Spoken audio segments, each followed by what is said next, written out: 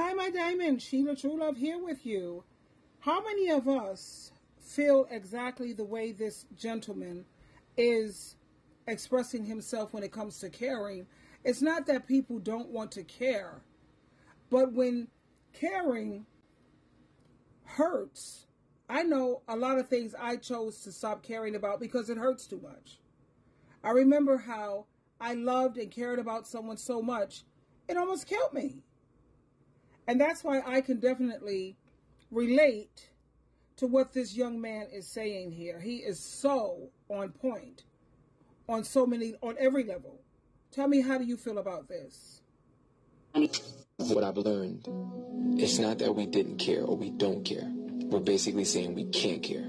Because when we cared, we only got hurt. When we cared, we only cried, but nothing changed. When we cared, we had to sit with and feel emotions that we don't want to feel. It's not that you don't care. It's just what it is. What has caring ever done for me? When you're getting ready to really heal, when you're really on the journey to wholeness, you have to revisit some things. And they don't want to feel that. They work too hard to get to this place that they're in now where they're stronger. They feel more confident. They've created this new them that has helped them suppress the old them, the pain of the past, the wounds of the rejection, the wounds of the betrayal. They've had to become, because the brain is trained to keep you alive. So I understand why you have to wipe your tears and keep going. Here's encouragement. When you're revisiting your past, you're looking back not as the little boy or the little girl. You're looking back as the new you. Becoming who you're called to be has very little with the future. It has everything to do with returning to who you were when you were young. Before the pain, who were you? Before the betrayal, before the rejection, before the wounds, before they said what they said, before they told you that you were this and you were that. These negative words that cripple us, that have made us or shaped our identity. It's who you were before that. And it's when you become the kid again. You really get the essence of who God has called you to be. I'm telling you, I'm excited because I see a generation starting to heal again. I see a generation pursuing healing again. What I've learned, it's not that we didn't care or we don't care. We're basically saying we can't care. Because when we care, it's so painful. You know, I woke up this morning because I had a client yesterday, and, you know, I do my story times with a lot of my clients, and they are afraid to leave these abusive relationships because they said it's just so hard to find connections these days, and it's just so hard to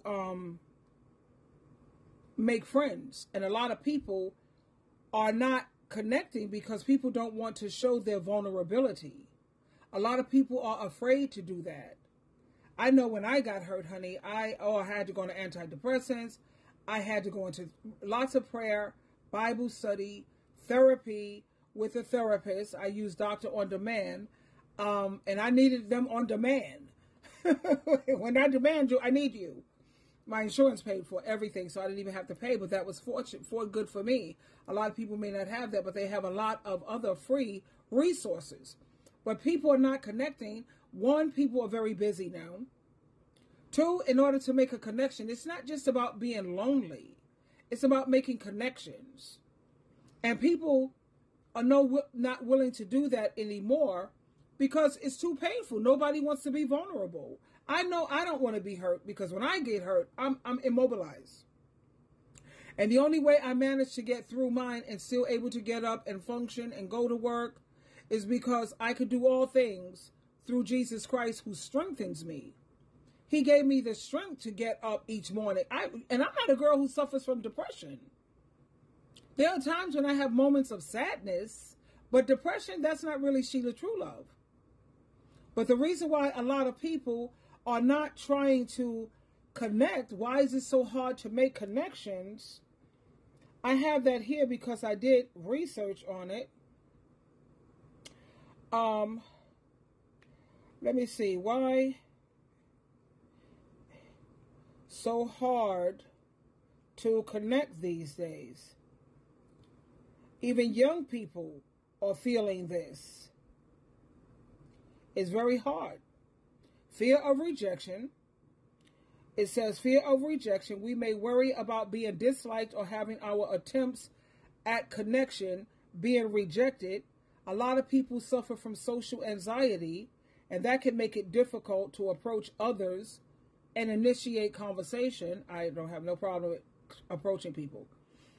Communication challenges, misunderstandings and ineffective communication, a lack of interest. I find that with a lot of people. A lot of people are not interested in much. I have so many interests, it's unreal, which is why I hardly ever feel lonely or bored, because I have so many things I'm passionate about.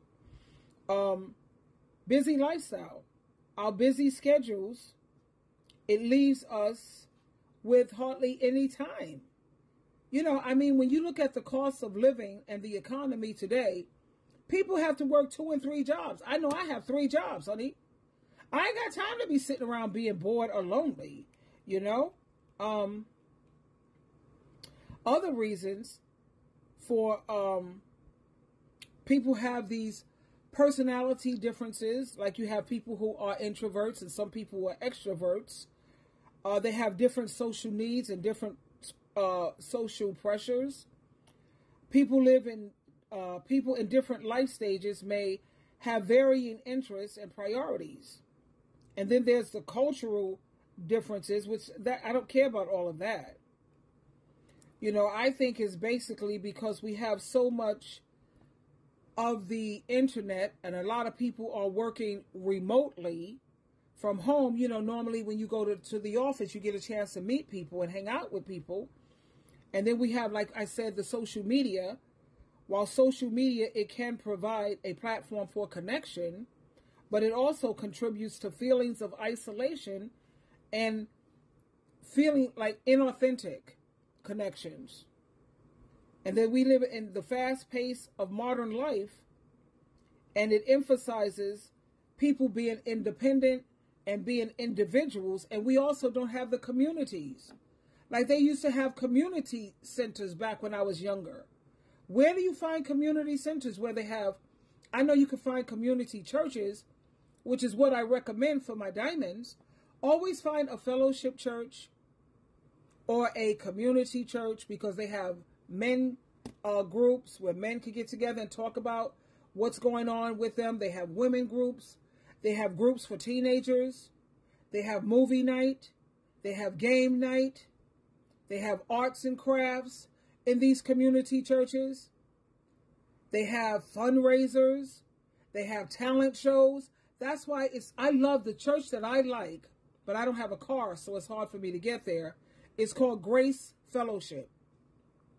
And then there's several churches that's all the way in Jersey that my bestie, oh my God, those are the best churches, because they have something that's a form of community. And in this community, you meet people who are like-minded, people who have your same morals, your same values, and it's just beautiful. So if you can find yourself a fellowship church or a community church, or if you have people who you know who have alcohol or drug problems and you're battling that, they have Al-Anon, they have AA groups. If a person is battling with drug issues, like you take medications and you can't seem to kick these medications, because a lot of people are getting caught out there with these medications that they have going on. So you can have NA, Al-Anon, and then they have another one for family.